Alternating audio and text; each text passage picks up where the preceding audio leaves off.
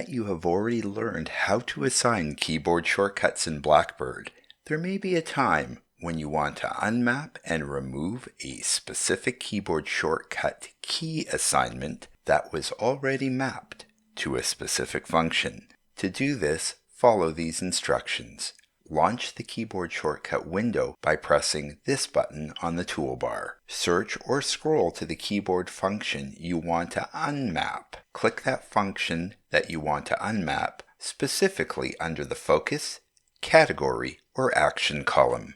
Press the Delete or Backspace button on your keyboard. That's it. The specified keyboard function has been unmapped.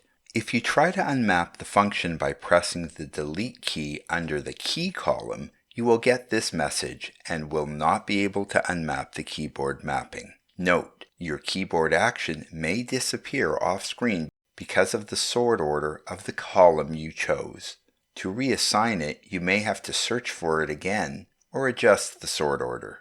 Your keyboard name could be changed to Untitled if you perform the function of unmapping from a keyboard preset that was originally created by Blackbird. This feature allows you to rename it to something that works better for you.